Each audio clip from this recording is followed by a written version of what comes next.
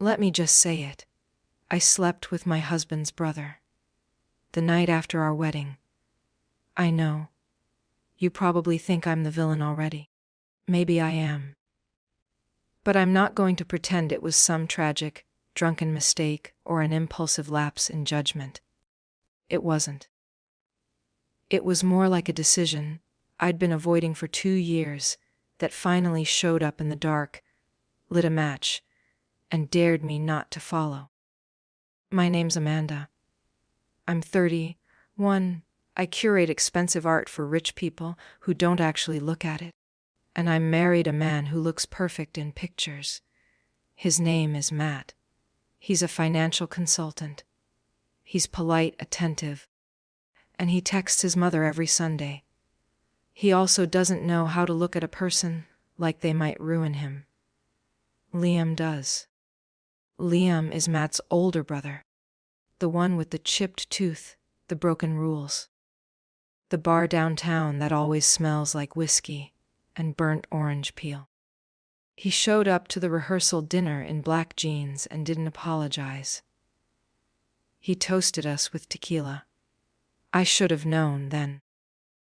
I should have walked away. Instead, I danced with Matt under fairy lights and thanked people for their generous wedding gifts. I smiled when the photographer said, "Just one more." And I pretended my chest wasn't tight every time Liam's voice reached my ears from across the garden. I didn't mean for it to happen. But I also didn't stop it. And that's a different kind of truth. One I'm finally ready to tell. Not to my husband. Not yet.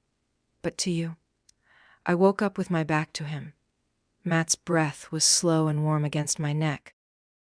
But it didn't touch me the way it used to. Not that it ever really did. Not in the way that left bruises you wanted to press, or words you weren't supposed to say out loud. The sheets smelled like rose petals and leftover champagne. My body didn't. I slipped out of bed without waking him. He didn't stir. Typical. Even when we dated, Matt slept like he had nothing to answer for. Clean conscience, clean shave, clean life. I padded across the floor, careful not to knock over the empty flutes on the dresser. My wedding dress hung from the bathroom door like a ghost. I stood in front of it, just for a second, and studied the place where the bodice met my ribs. It was looser than I remembered. Or maybe I was. Downstairs, the house was too quiet. My feet made soft sounds on the wood as I walked to the kitchen. The coffee pot was full. Someone had set it on a timer. Probably Matt.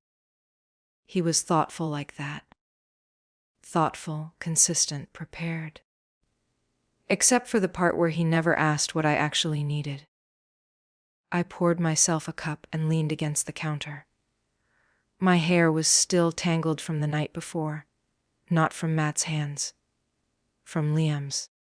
I could still feel the imprint of his fingers on the underside of my thigh. I took a sip. It tasted bitter. Outside the window. The backyard was littered with folding chairs and tipped over flower arrangements. Like the aftermath of a play, no one cleaned up after. My eyes went to the small guest house at the back of the property. I could see the door. Still shut. Still pretending. I should have felt more guilt. I really should have. But all I felt was awake. They played that stupid Ed Sheeran song for our first dance. You know the one. Every wedding plays it. The one that sounds like a Target commercial for forever. I smiled like I was supposed to and let Matt twirl me in slow, awkward circles. He was grinning. White teeth, pink cheeks, earnest as ever. The kind of man who meant well. The kind of man who'd never guess what was happening 6 inches behind his back. That I wasn't looking at him. I was looking at Liam. He was leaning against one of the sycamores near the edge of the yard. Drink in hand. Bourbon, neat, always. His tie was already loosened. Shirt sleeves rolled up. He wasn't mingling, wasn't clapping. Just standing there watching us like he'd walked into a room and found someone else living the life he never got to say no to. When I looked up mid-spin, our eyes locked. He didn't blink. Didn't smile. He just saw me. Not the version in lace and makeup and practiced laughs. Me underneath it. The me that'd been tamped down for the past year of planning and registries, and pretending this was all I'd ever wanted. That look. That one look. It hit harder than any kiss could have. It made the world tip just a little. Like something had slipped loose and there was no putting it back. Matt dipped me, all proud and theatrical, like he'd just pulled off a Broadway finale. People clapped. I laughed. But it didn't reach my eyes. I could feel that. Liam could, too. That was the moment. The moment I knew. Not that I was going to sleep with him. Not yet. Just that I was going to let it happen. I needed air. After the toasts and the sparklers send off, and the endless hugs from relatives who couldn't tell Matt from my college ex, I slipped away. The night had cooled, the sky gone a soft black, and I still felt like I couldn't breathe right in that dress. I found a quiet spot behind the hydrangeas, where the path curved around toward the guest house. My heels were already off. The gravel bit into my feet, but I didn't care. For a second, the silence felt clean.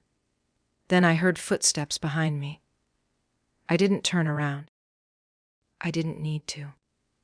You ran off, Liam said, his voice low, a little hoarse like he'd been yelling over music all night, or drinking too much, or both. Needed a break, I said, staring straight ahead.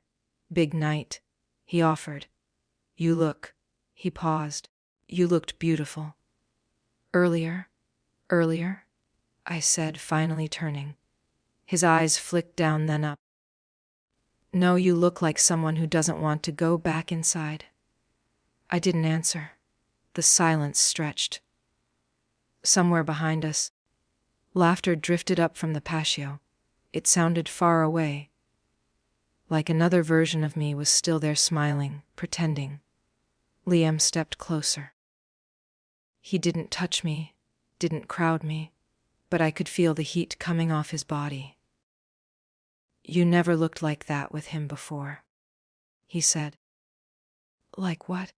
He tilted his head. Like you wanted to be seen. I stared at him. The pause was the kind that only exists between people who already know the answer. I didn't say anything. That was it. That was the moment. Not the kiss. Not the part where I pulled him down with me hours later, breathless and reckless, and needing something he knew how to give.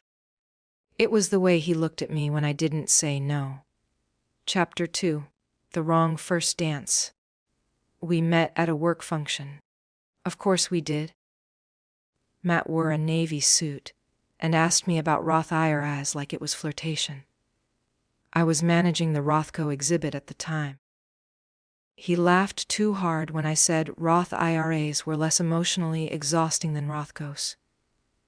It wasn't clever, but he made it feel like it was. That was Matt's gift. He could take something beige and convince you it was cream. We dated efficiently. Every milestone was hit on time. First trip by month 3, Nantucket. Meet the parents by month 5, brunch in Westchester. Moved in together by 10 months. The proposal came on our 1-year anniversary, in a restaurant that had a pianist and 3 forks per person. When he asked, I didn't cry. I smiled. I said yes. It wasn't like fireworks or poetry or any of that overrated movie stuff. It was like putting on a coat that fit well enough, and maybe that's what love was supposed to be. Warm, sensible, clean-lined. That's what I told myself anyway. Sometimes love doesn't strike, it settles. But there were nights, even then, when I'd lie in bed next to him and wonder why I still felt like I was waiting for something. Like there was a sentence hanging in the air that nobody ever finished.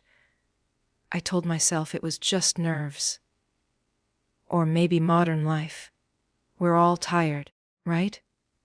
It wasn't until later, much later, that I realized I had mistaken predictability for peace. And I had confused safety with love. It was Matt's idea.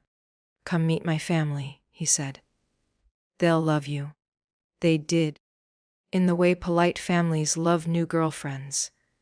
Through compliments about hair and college degrees, and the way you pronounce peanut. His mother wore pearls. His father had a cufflink obsession. Everyone smiled too widely and asked about the gallery like it was a cute hobby. Then Liam walked in. He was late. No apologies, no excuses. Just a quiet entrance, like he'd walked out of a different movie and landed in this one by mistake. His shirt was wrinkled. His jaw unshaven. There was a small ink smudge on the back of his hand that he didn't bother hiding. He kissed his mom's cheek and clapped Matt's shoulder, and then his eyes landed on me. There was no handshake.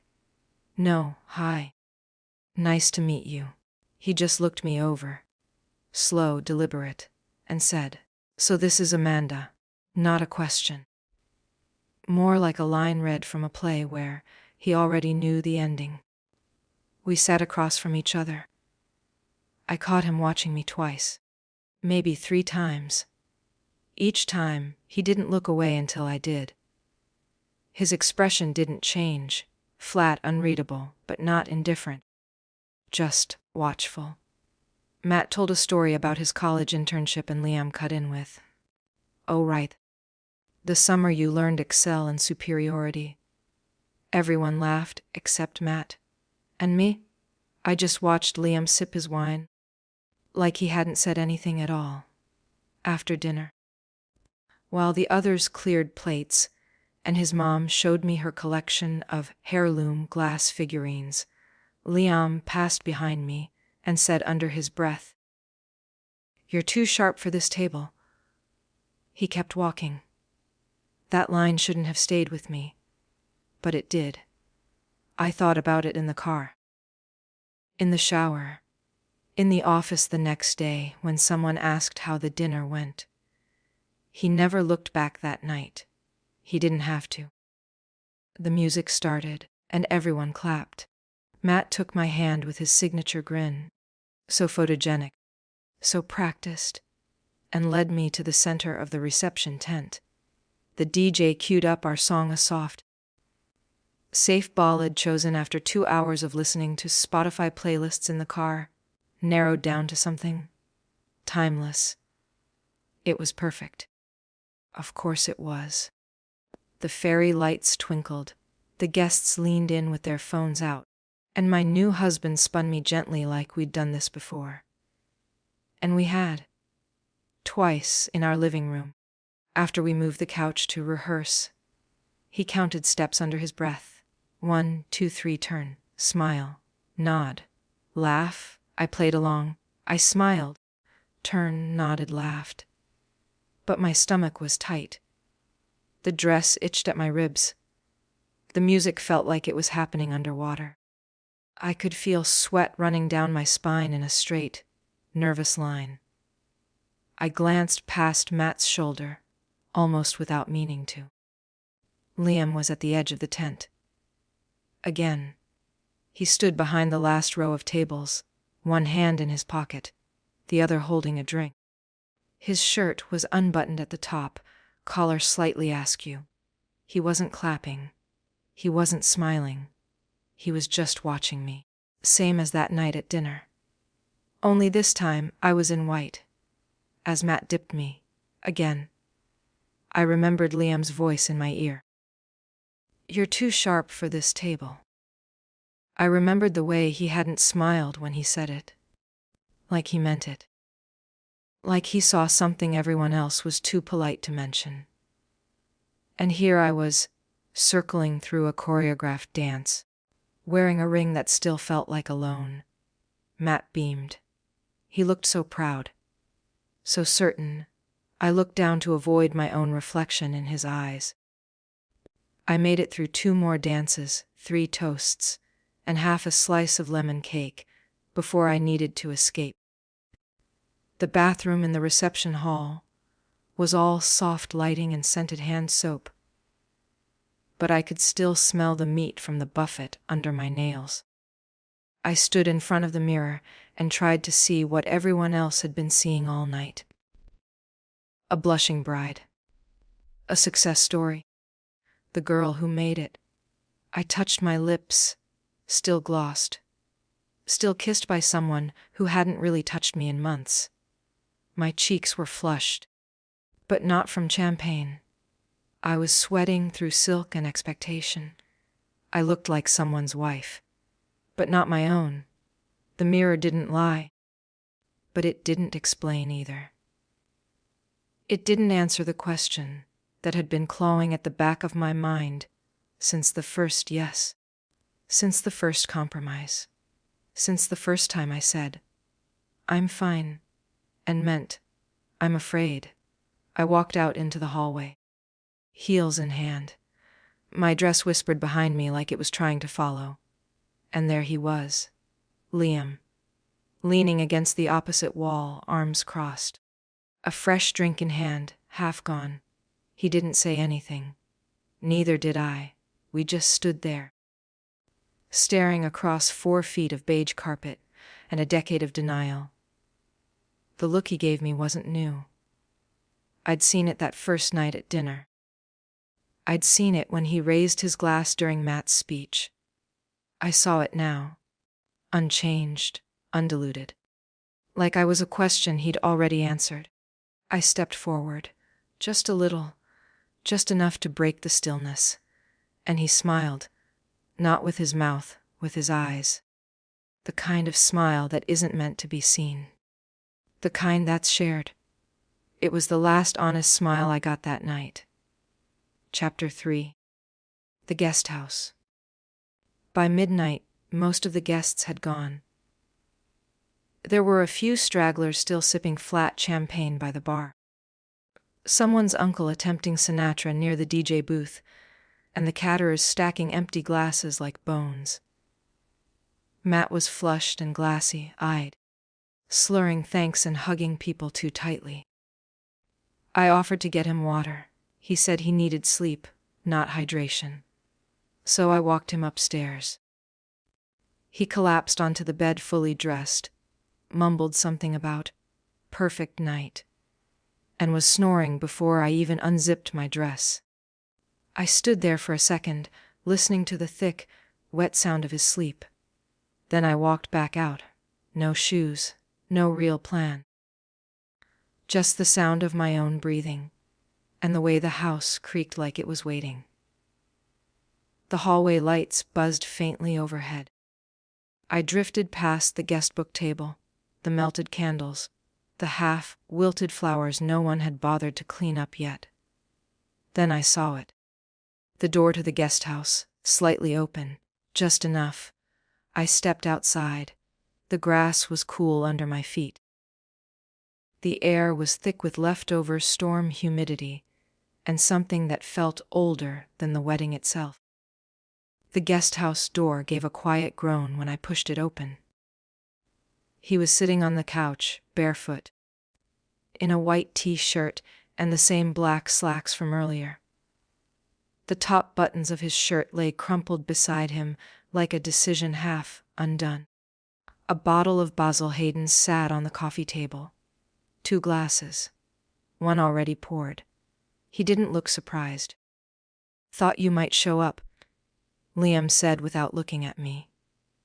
"Thought you might lock the door," I replied, stepping inside. He smirked, poured the second glass, held it out like an invitation. Or maybe a challenge. I took it. The door closed behind me with a sound that felt final. I should have left.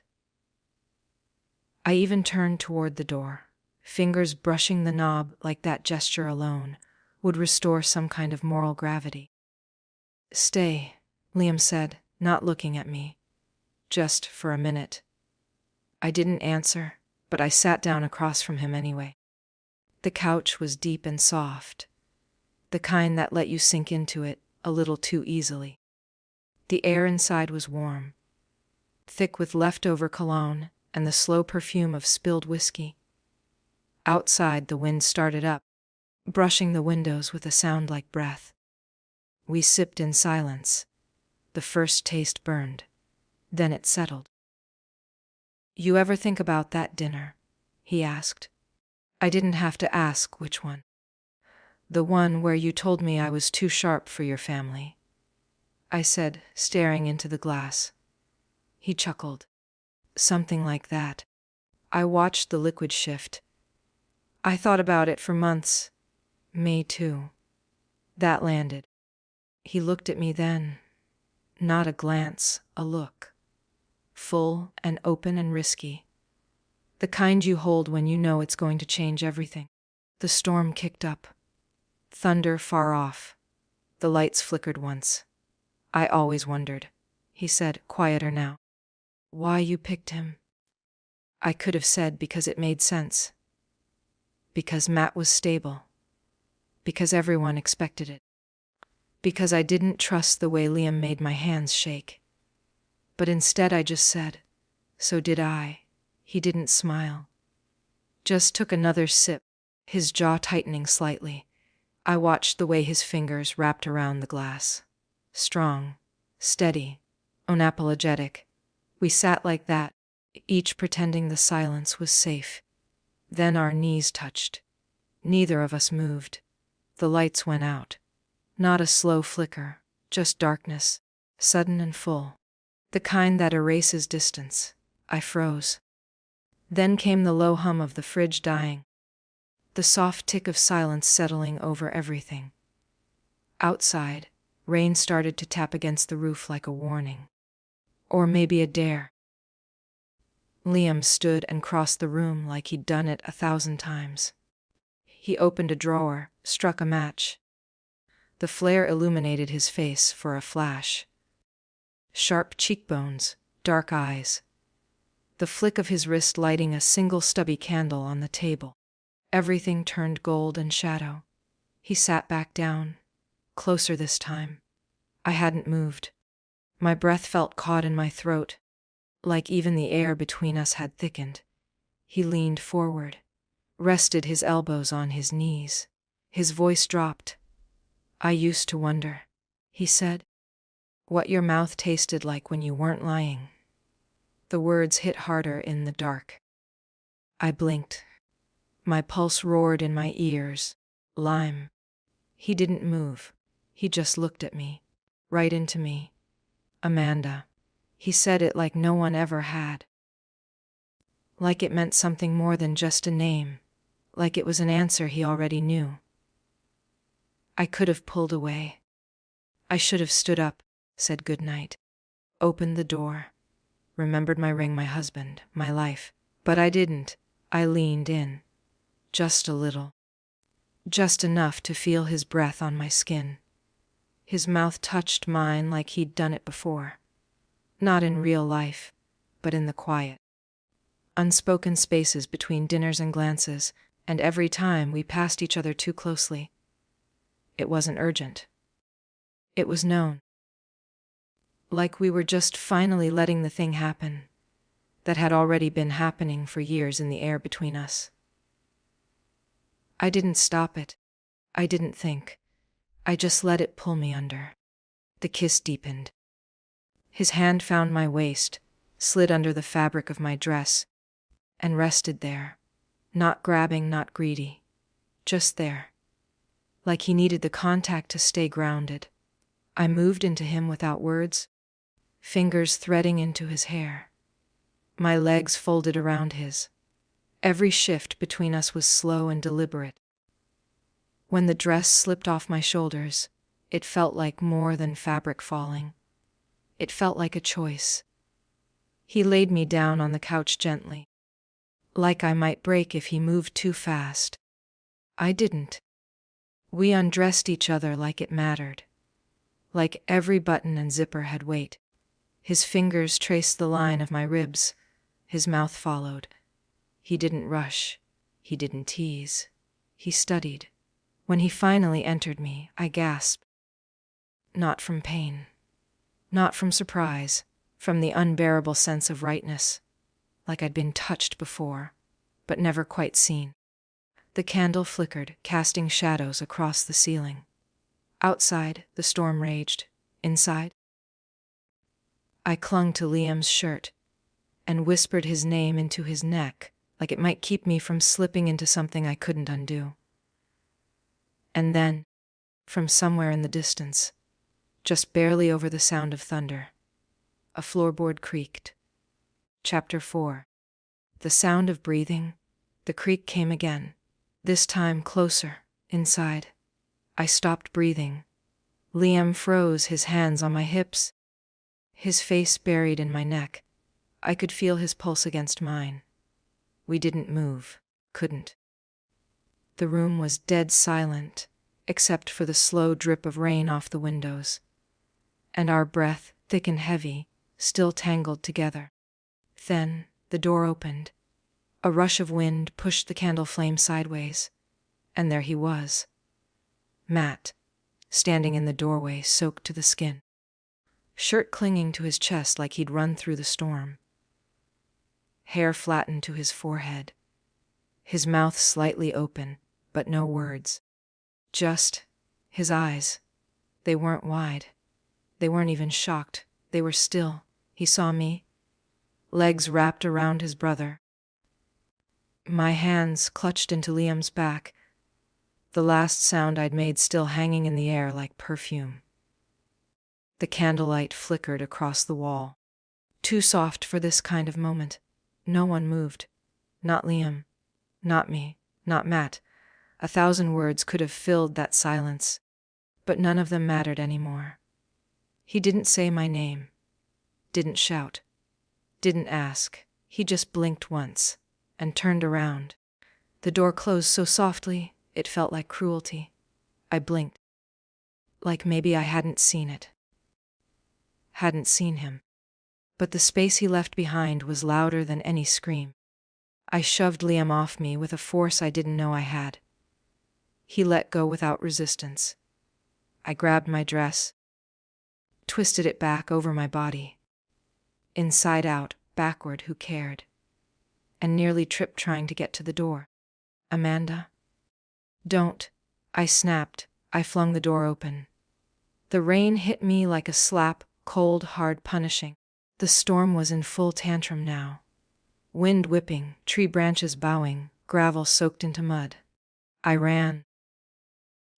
The lights from the main house glowed through the blur, and Matt's silhouette was halfway there, walking stiff, straight, like if he moved one muscle wrong he'd fall apart. Matt, I called. He didn't stop. Matt, please. He didn't even turn around. I slipped once in the mud, caught myself on one bare knee, felt the grit dig into my skin. But I kept going. Just let me explain, I said, even though I had no idea what I was going to say. There wasn't an explanation. Just the wreckage. He reached the front door, put his hand on the knob. Matt, wait. He paused. For half a second. My heart twisted, thinking maybe he'd look at me. Maybe he'd say something. Yell. Ask why. Anything. Instead, he stepped inside and slammed the door behind him. The sound was final, not loud. Just done. I stood on the porch, dripping. The storm had soaked me through. My hair clung to my scalp, dress heavy with water and shame. For a second, I just stared at the door, at the stillness on the other side, and thought, maybe I should stay out here, let the rain scrub everything off me. But my legs were shaking, and I couldn't breathe, so I turned back. The guest house door was still open. Candlelight flickered dimly inside. Liam hadn't moved. He sat on the couch, shirtless now, his chest rising and falling with the slow rhythm of someone waiting to be blamed. When I stepped inside, he rose immediately, took a towel from the back of the chair, and held it out without a word. I didn't take it. I walked to the sink instead, gripping the edge like it might keep me from collapsing. "What the hell did we just do?" I asked. Liam didn't answer. "I mean, what the fuck, Liam?" He looked down, quiet, the towel still in his hand. "We didn't make a mistake," he said. "We made a choice." I turned on him. A choice that just blew up my entire life. He stepped closer, slowly, like I was something wild. "I think your life was already cracked, Amanda," he said. "I just walked through it." I grabbed the nearest glass and hurled it at the wall. It shattered, sharp and satisfying. Then I clutched the sink with both hands, bent over, and threw up. My body heaved like it was rejecting every secret I'd been swallowing for the past year. Liam stood behind me, still, silent. When it was over, I wiped my mouth with the back of my hand. My breath came in gasps. "I can't fix this," I whispered. "I know." His voice was barely audible, but I'd still do it again. I didn't cry. I sat down on the couch, numb, barefoot, soaked to the bone, and pulled my knees to my chest like I could fold myself smaller than the room. Liam dressed quietly. No zippers. No buttons. Just movement, deliberate and slow. The sound of fabric against skin, the creak of leather as he slipped his shoes on, the faint rustle as he pulled his damp shirt back over his shoulders. He didn't look at me. I didn't ask him to. When he was done, he stood by the door. "I don't know what happens now," he said. I stared at the candle, watching its flame shrink lower and lower. One breath away from dying. "I think you should go." He didn't move right away, just stood there with his hand on the knob. "If you need." "Liam," I interrupted, my voice quiet but sharp, "please." That broke something. Or maybe sealed it. He nodded once. No anger. No guilt. No apology. He opened the door and stepped out into the rain. Didn't look back. The door clicked shut. And then it was just me, the candle, and the sound of breathing. Mine still too loud, still mine. Chapter 5. Fine China Lies. I woke with my mouth dry and my spine aching. The couch cushions had pressed deep lines into my back. My wedding dress, still clinging to my skin in half-dried folds, felt like someone else's skin. My legs were streaked with mud. One of my earrings was missing. For a second, I didn't move. The room was too quiet. The candle had burned itself out hours ago, leaving behind a puddle of wax on the coffee table. My phone sat face down beside it, dead. I stood slowly. Everything ached. Muscles I didn't know could hurt did. I walked barefoot across the cool floor, opened the door. The air was clean, cleansed by the storm. The yard was damp, flowers half drowned, the reception tent sagging like a tired breath. My footprints followed me across the lawn, darker than the rest of the grass. The main house looked the same. That was the first lie of the morning. Inside, it was too clean. Every chair pushed in, every glass gone. The counters gleamed like they'd been wiped down. No note, no voice, no mat, except, on the kitchen island, a coffee mug. Still warm. I touched the side with my fingers. He'd been here. He'd left. And he didn't take the mug. I made toast I didn't want. I stood by the window while it burned slightly, not bothering to pop it early. The butter wouldn't spread right. Everything was too cold or too stiff or too late. I hadn't showered. I still smelled like sex and rain and regret. But I tried. That's the thing. I tried. I opened the dishwasher and started putting away the plates. One by one. They were bone white with a silver rim. We had argued for half an hour in the store over whether we needed a 12-piece set. Matt said yes. I said no. Matt won. I reached for one near the back of the rack. My hands were damp. It slipped. The sound was sharp. A clean, almost pretty kind of crack against the tile. Then splinters of porcelain everywhere. I didn't move. I just stared. Then slowly, like a string had snapped inside me, I slid down to the floor. Knees folding, hands still trembling. The shards surrounded me. One was shaped like a crescent moon. One was jagged, almost like a knife. I didn't cry, I just sat there, barefoot, in my wrinkled wedding dress, surrounded by something we picked out together. Something that was supposed to last forever. The phone rang around noon. I was still in the same robe I'd pulled from the bathroom, sitting cross-legged on the bedroom floor, surrounded by unopened gifts. Wrapping paper stared at me like unopened letters from a life I no longer lived in. "Hi, sweetie," my mother chirped, all warmth and post-wedding glow. "How's the first day of forever?" I almost laughed. Instead, I swallowed and smiled like she could see me. "It was beautiful," I said. "Perfect. I saw the photos your cousin posted." "That dress." "Amanda, I told your Aunt Nancy it was the best thing you've ever worn." "Thanks," I said, picking at a strand of fabric on my sleeve. "And Matt?" she asked, still glowing. "Yeah," I lied. "He just went out to grab coffee." "Well, enjoy the downtime before the mini-moon." "Oh, I miss you already." "Me too," I whispered. "You sound tired, baby." I forced a laugh. "I'm just really happy." There was a pause. "Then you deserve it." My throat tightened.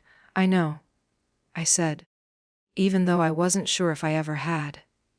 When I hung up, the phone stayed in my lap for a long time. I didn't move, didn't speak, didn't smile anymore. I couldn't sit still. Not in the bedroom, not in the kitchen, not inside my own skin. So I walked. Back across the wet lawn, barefoot again, dress replaced by a T-shirt that didn't belong to me anymore. The grass was soft and silent underfoot, like it didn't want to be part of this either. The guest house smelled the same. Whiskey, wax, and something I didn't want to name. I told myself I just wanted to make sure I hadn't left anything behind. But it wasn't my charger tangled near the couch leg. It was his. Black cord frayed at the edge, the kind of thing someone always means to replace but never does. I stood there staring at it. Ridiculous how his absence could leave something that small behind, still warm from the wall. I almost bent to pick it up. Then my phone buzzed. I pulled it from my pocket, thumb swiping automatically. It said, "Liam, tell me you regret it and I'll disappear." No punctuation, no follow-up, no name. Just those 10 words. I stood there in the quiet, in the space where he had been, in the wreckage we'd both created, holding the phone like it might burn. I didn't text back. Not yet. Chapter 6. Things I never said. It was summer. 2 years ago.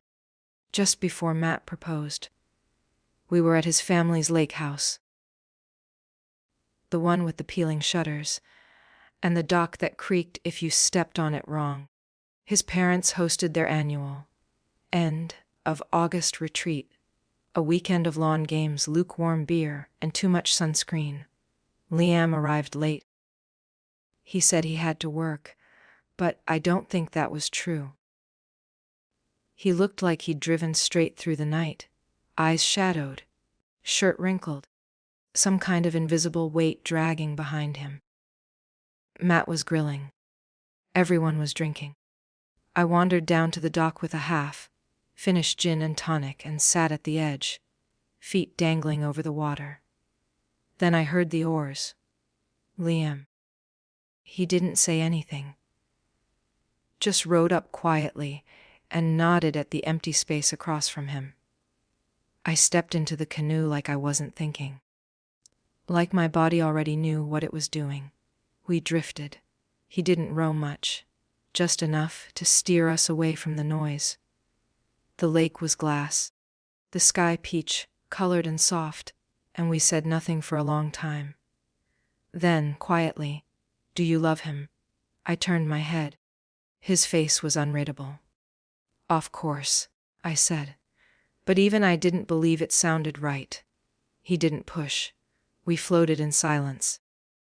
Our hands brushed on the middle bench. Accidentally, stupidly, like a scene from a book I wouldn't admit to reading. I didn't pull mine back. Neither did he. It lasted maybe 3 seconds. Then he said, "We should go back." And we did. Nothing happened, not physically. But in my memory, it still echoes louder than any kiss. The guest house was still quiet.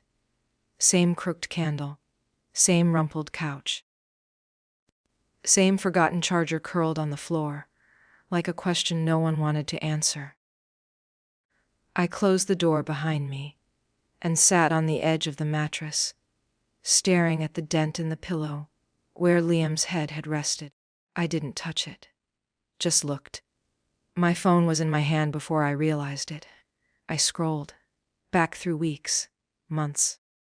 I found the first text Liam ever sent me. 6 months after that lake weekend. "Liam, tell Matt he left his wallet in my car. You can lie and say I didn't text it like this."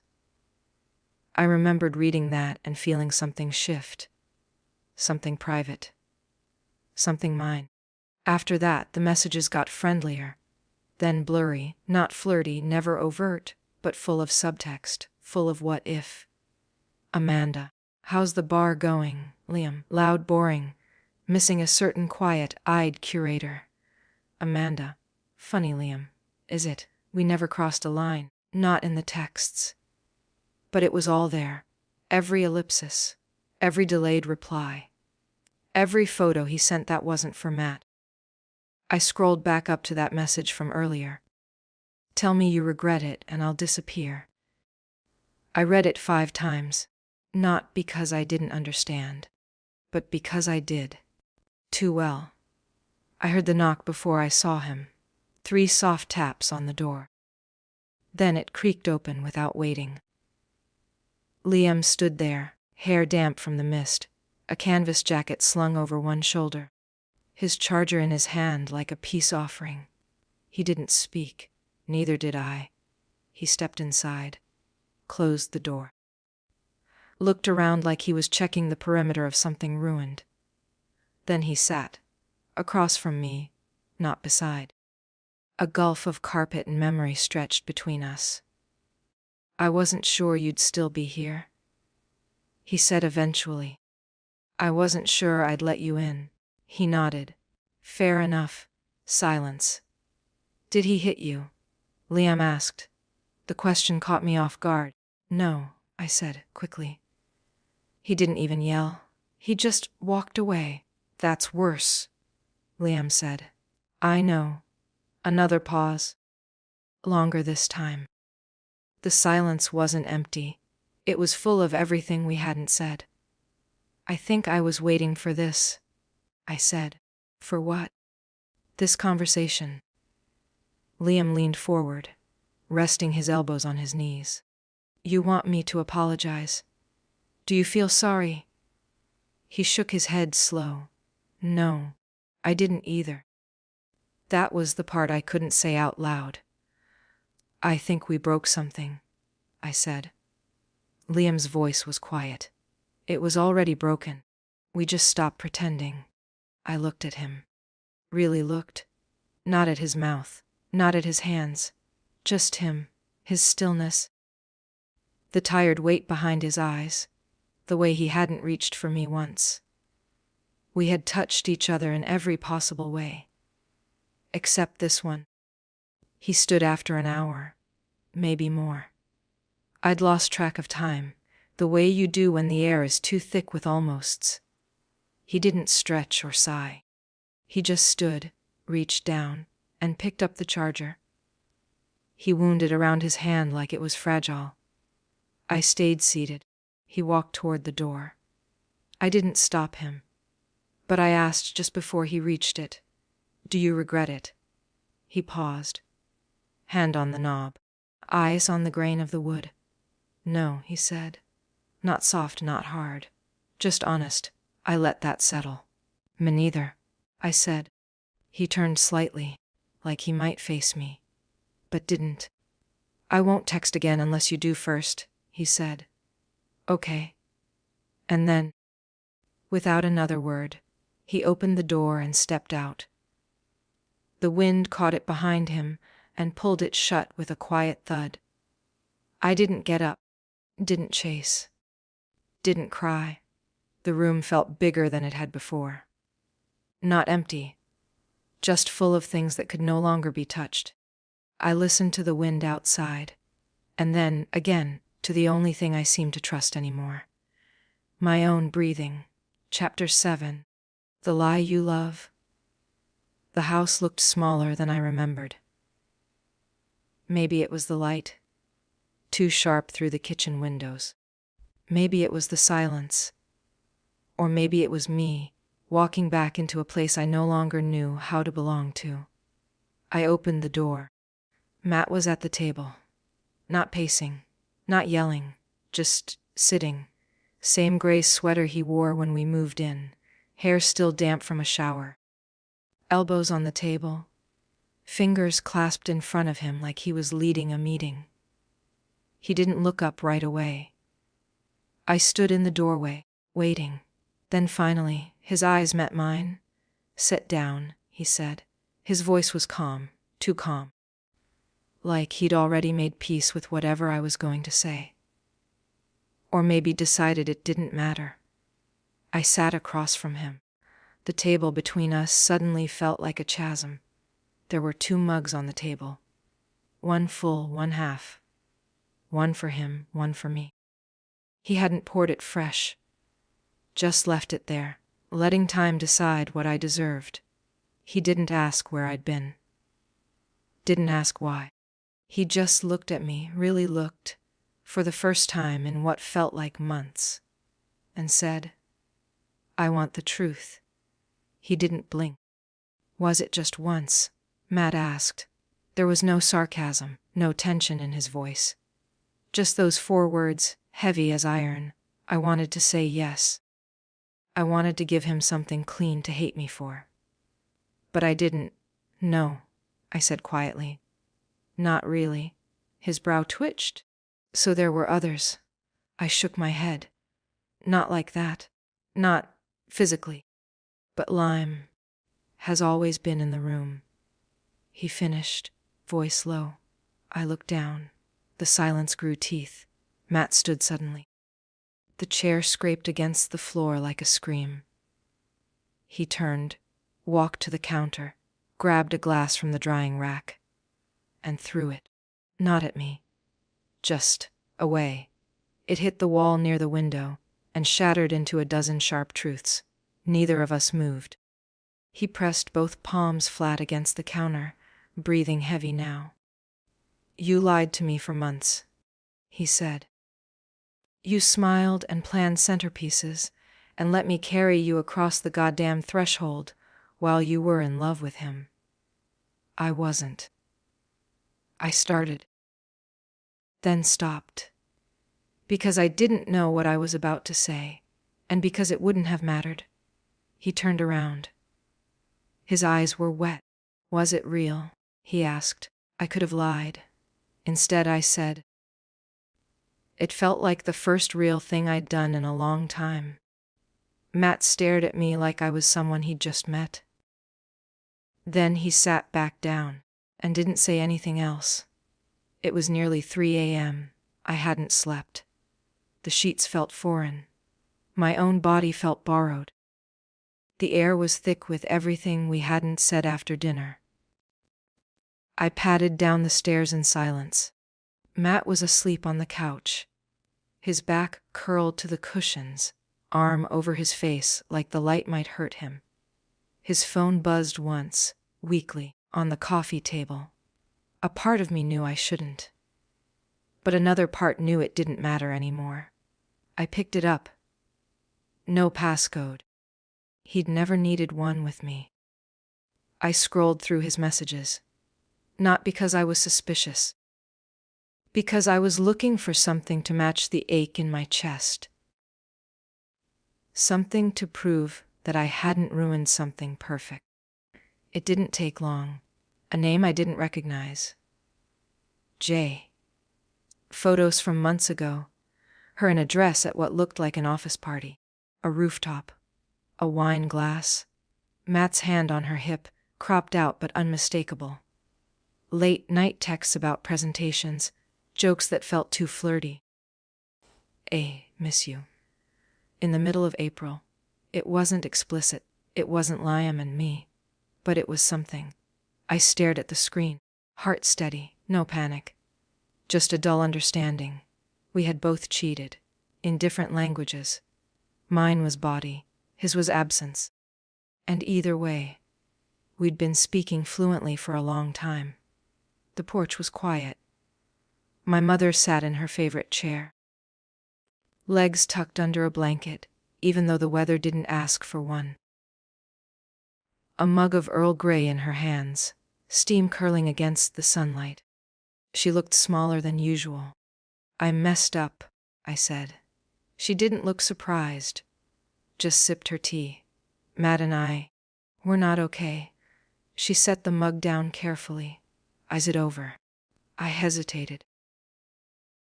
Not officially. She nodded like she'd been expecting the answer. Like she already knew the shape of this moment. I did something, I said. Her eyes met mine, not shocked. Just still. I don't need the details. Amanda, I think you do. She gave a small smile. Okay. I was with someone else. Not just a one-time thing. Emotionally. It started a long time ago, and the night after the wedding, it became something else. She didn't speak for a long moment. Then, did you love him? I didn't answer. I didn't have to. She picked up her tea again and blew gently on the surface. When I married your father, she said softly, he still wrote letters to a woman in Chicago. Someone he knew before me. I stared at her. You never said that. I found the letters 3 weeks after our honeymoon. He never mailed them. Just wrote them and hid them. What did you do? She took a long sip. I decided whether the lie he was telling was meant to protect himself or protect me. I was quiet, listening with something deeper than ears. And, she shrugged, I never brought it up. We had a good marriage mostly, but I never forgot. She looked at me, eyes sharper than her tone. Marriage isn't about honesty, Amanda. It's about what you're willing to lie to protect. Chapter 8. What the fire gave me. The bar was nearly empty. A few stools taken by the usual ghosts, men staring into glasses. A woman nursing a martini like it owed her something. Low music buzzed through the speakers, too soft to name. The fireplace in the back was lit, spitting occasional sparks that danced up the brick and died without ceremony. I pushed the door open like I'd been here before. Because I had. Not this bar, but this moment. Liam was behind the counter, wiping down the surface with the kind of precision you save for thoughts you don't want to think. He didn't look up when the bell above the door chimed, but he felt it. He always did. I walked to the end of the counter, farthest from the light. I sat, my legs crossed, my hands in my lap. I didn't order anything. He looked up slowly. Our eyes met. No smile, no greeting. Just recognition. His hair was messier than usual.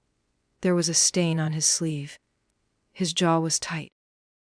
He set the towel down and walked to where I sat. Rested both palms on the wood, like it was the only thing keeping him grounded. "Didn't expect to see you," he said. "I didn't expect to come. Yet here we are." I nodded once. Here we are. The fire cracked in the corner. The smoke curled upward, faint and lazy. He didn't ask what I wanted. He didn't have to. "You used me?"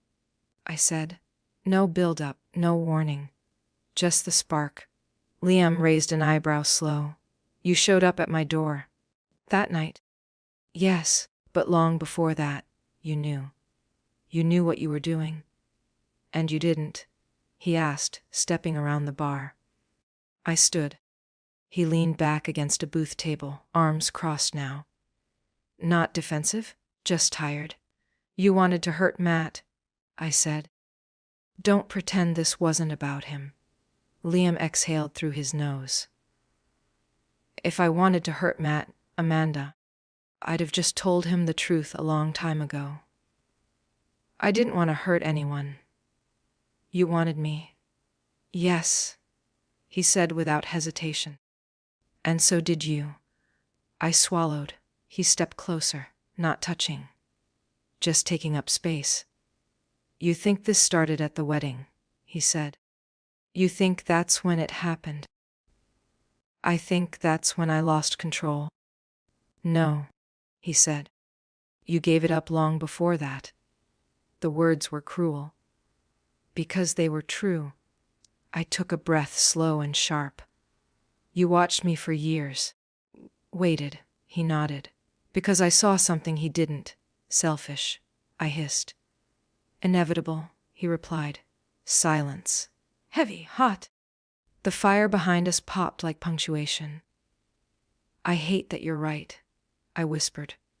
Liam's jaw flexed. He looked like he wanted to touch me.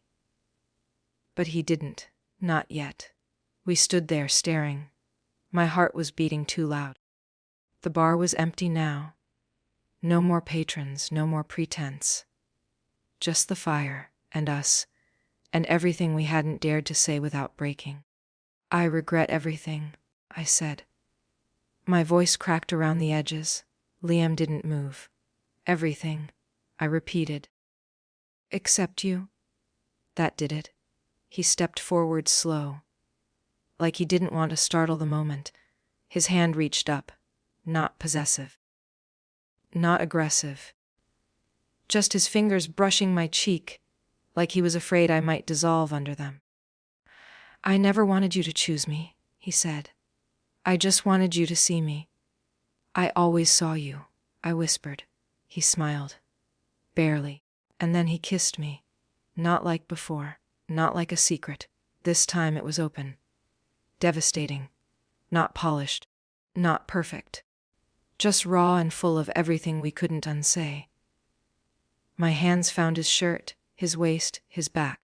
I felt him breathe against my collarbone. His lips moved to my throat. He didn't ask. I didn't pause. We moved together like the fight had been foreplay. And this was the only way to finish the sentence. We didn't go upstairs. We didn't need a bed. We used the couch in the back, the one that smelled faintly of smoke and old upholstery. There was no music. No candlelight. Just skin. And breath. And the sound of his voice in my ear when I said his name like it was a promise and a curse. When it was over, I didn't cry. I just held him. Because for once, I wasn't afraid of what it meant. Sunlight slipped through the blinds in thin, golden stripes. The bar was quiet. Its day self barely recognizable from the heat and hunger of the night before. The fire had gone out, but the smell still lingered: smoke, whiskey, sweat, skin. I was under a gray blanket, still half dressed, limbs sore in the best possible way. Liam was in the kitchen. No shirt. One sock. He stood at the counter making coffee, humming something tuneless. He scratched the back of his neck, yawned, poured without looking. It was the most ordinary thing in the world. And it hit me like a bullet. I didn't feel confused anymore. I felt scared, because now I knew this wasn't about revenge, or lust, or even loneliness. This was about choosing. Finally, fully, he looked over his shoulder and saw me watching. Smiled just a little. A real one. No seduction, no tension. Just him. I sat up slowly. My fingers found the nightstand. There, next to my bra and an overturned glass, was my wedding ring. I'd taken it off at some point. I didn't remember when. I picked it up, held it in my palm. It felt heavier than it used to. I didn't put it back on. I left it there, warm from the sun, and walked toward the smell of coffee. Chapter 9. The morning after. The house looked smaller in the daylight. It always did somehow. Like the sunlight exposed all the corners where things had been quietly decaying. I parked by the curb. Didn't rush, didn't hesitate, just walked. The back gate creaked like it always had. I followed the stone path past the garden beds, wilting now, from neglect, and found him. Matt. He was sitting in a cheap lawn chair with a beer in one hand, sunglasses on, even though the sky was clouded over. His other hand rested in his lap still. There was no music, no phone. Just him and the sound of birds he wasn't listening to. He didn't turn around when I stepped onto the grass. "I thought you'd come yesterday," he said. "I almost did." "You went to him." It wasn't a question. I didn't answer. He finally looked at me, lowering his glasses so I could see the exhaustion in his eyes. "Are you ready to stop lying?" he asked. I nodded. Yes. We stood there for a long time. Me with my hands in my coat pockets. Matt with his beer sweating in the sun. "I loved you," I said. "I did." He nodded. "I know. But I was starving." "I know that too." I took a breath expecting tears. None came.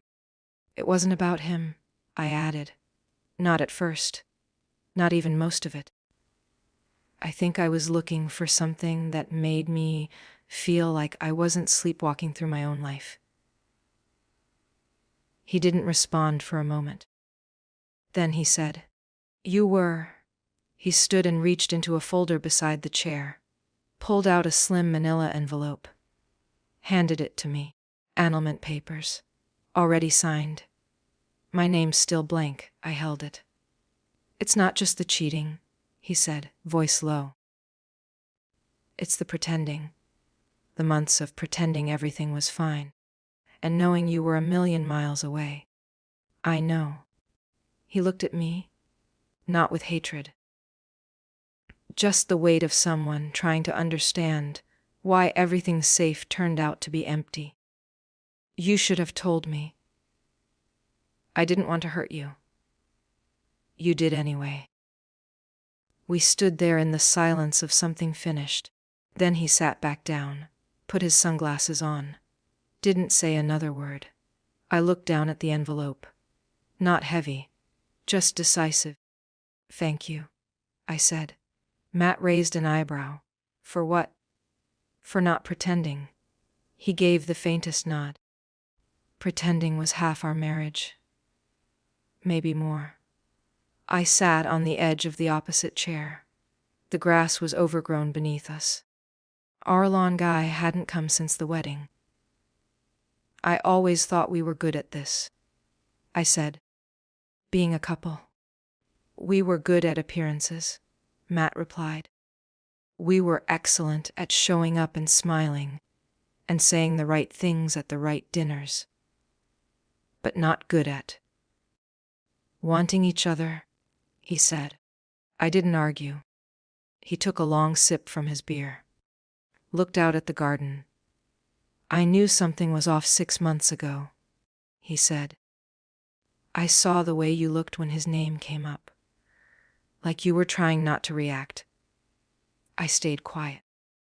I almost called off the wedding, he continued. But I didn't. Why not? Because I wanted it to be true, he said, still looking straight ahead, even if it wasn't. That landed. Not cruel, not angry. Just true. I nodded. We didn't hug. We didn't cry.